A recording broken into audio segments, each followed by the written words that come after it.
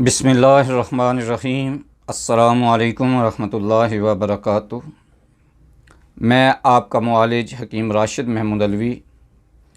आज का मेरा मौजू है केरा या नज़ला।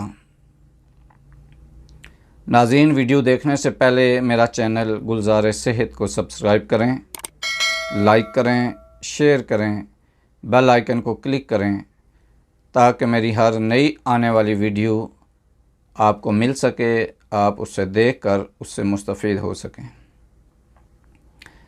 केरा या नज़ला ऐसा मर्ज़ जिसमें मरीज़ के गले में कोई रतूबत गिर रही हो या गिरती हुई महसूस हो रही हो या गले में अटकी हुई महसूस हो रही हो तो इसे केरा या नज़ला कहते हैं। इस मर्ज़ की वजह से इंसान सख्त बेचैन रहता है, बाज़ औक़ात घंटों खांसता रहता है, जगह जगह थूकने की कोशिश करता है, इसकी ज़िंदगी में तवाज़ुन ख़त्म हो जाता है और बाज़ औक़ात महफ़िल में भी शर्मिंदगी महसूस करता है।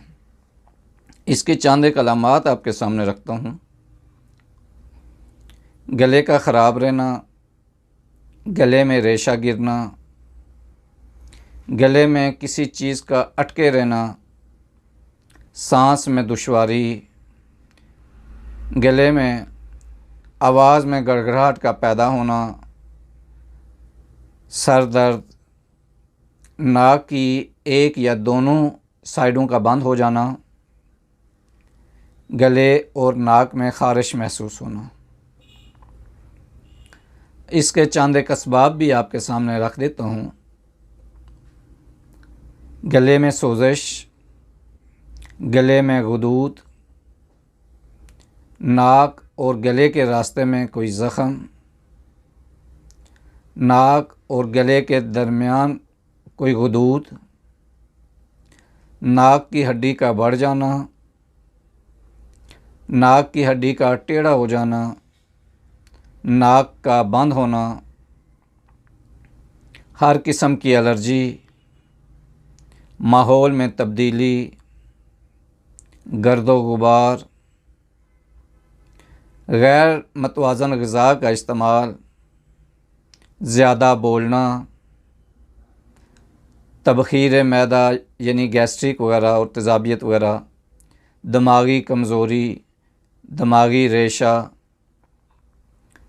और बलगम पैदा करने वाली चीज़ों का ज़्यादा इस्तेमाल और नमूनिया और बिलखसूस केरे वाले जो मरीज़ हैं उनको किसी न किसी एज में नमूनिया ज़रूर हुआ होता है, तो उनकी हिस्ट्री में नमूनिया या रेगुलर खांसी जो है ये उनकी हिस्ट्री में होती है, तो तशख़ीस करते वक्त ये हिस्ट्री भी उनकी लेनी चाहिए।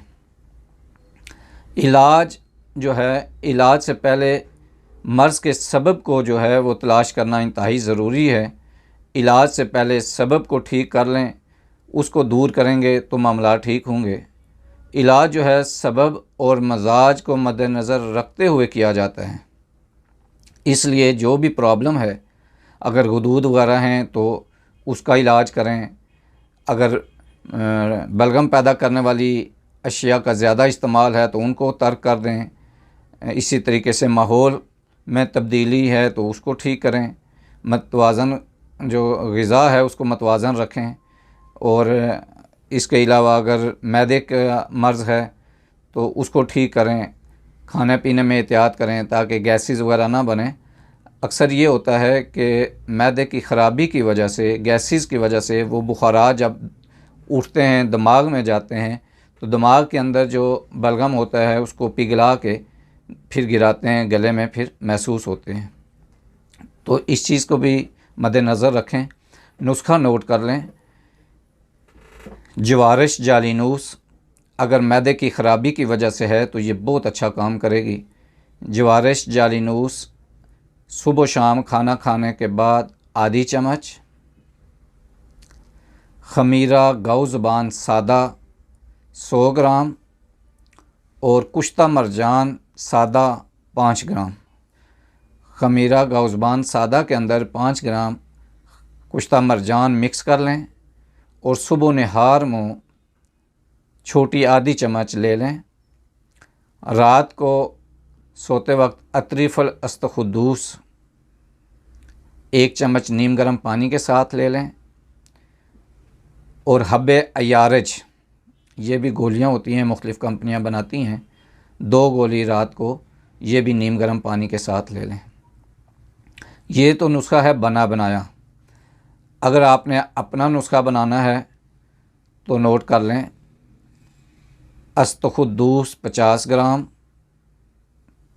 कशनीज़ 25 ग्राम, जिसको खुश्क धनिया भी कहते हैं 25 ग्राम, फिलफिल स्याह यानी काली मिर्च 15 ग्राम और बादरंज बोया 15 ग्राम। 4 चीज़ें हैं, इनको पीस के सफ़ूफ बना लें। छोटी आधी चम्मच सुबह शाम नीम गर्म पानी के साथ इस्तेमाल करें। इंशाअल्लाह अज़ीज़ ये केरे का मसला जो है ये हल हो जाएगा, ये बीमारी ठीक हो जाएगी। अपनी सेहत का ख्याल रखा करें। सेहत के हवाले से कोई भी प्रॉब्लम हो तो मेरे साथ रब्ता कर सकते हैं, मेरे मत्ते में तशरीफ़ ला सकते हैं और आने से पहले अपॉइंटमेंट लेना ज़रूरी है। अल्लाह ताला आपका हामी और नासिर हो। नेक्स्ट वीडियो तक के लिए इजाज़त चाहूँगा। अल्लाह हाफ़िज़। अस्सलामु अलैकुम व रहमतुल्लाहि व बरकातुहू।